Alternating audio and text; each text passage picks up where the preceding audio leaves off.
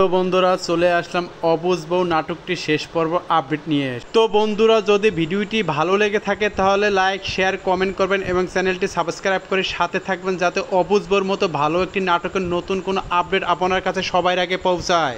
বন্ধুরা দেখা যাচ্ছে অবুঝ বউ নাটকটি শেষ পর্বে যে সুজন তার ছোট বউকে ছাড়ার জন্য তার বড় বউ যে বাসার কাকার কাছে থাকে তার কাছে জমি বন্ধকের জন্য 2 লাখ টাকা নিয়ে আসলো। সরলা কসমেটিক বিক্রি করে যে টাকা জমাইছে 5,000 টাকা তার কাকার হাতে দিয়েছে সুজনকে দেওয়ার জন্য। সুজনকে বলতে মানা করছে যে এই টাকা সরলা তাকে দিছে।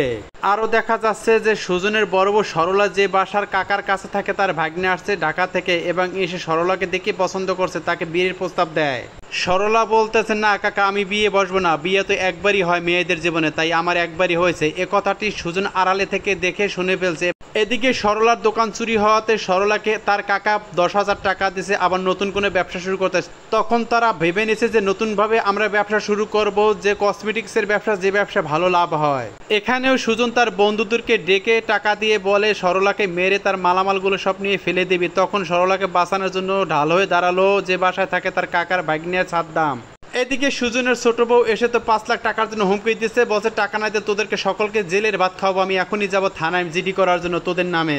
এদিকে সুজন আবার বাড়িতে সালিশি ডাকছে ছোট বউ ছাড়ার জন্য। তখন মেম্বার উঠে বলে সুজন তুমি বারবার এ কাম কেন করো, বারবার বউ ছাড়ো, কি হয়েছে তোমার সমস্যা?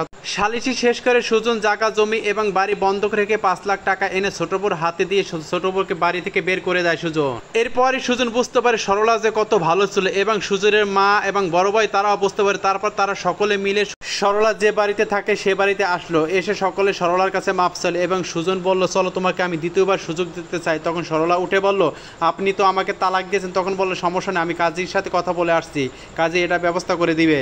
এরপরে সরলাকে নিয়ে সকলে হাসি খুশিতে বাড়িতে ফিরলো এবং যে বাড়িতে সরলা থাকতো তার ভাগ্নে সেও বাড়ি থেকে চলে গেল ঢাকার উদ্দেশ্যে।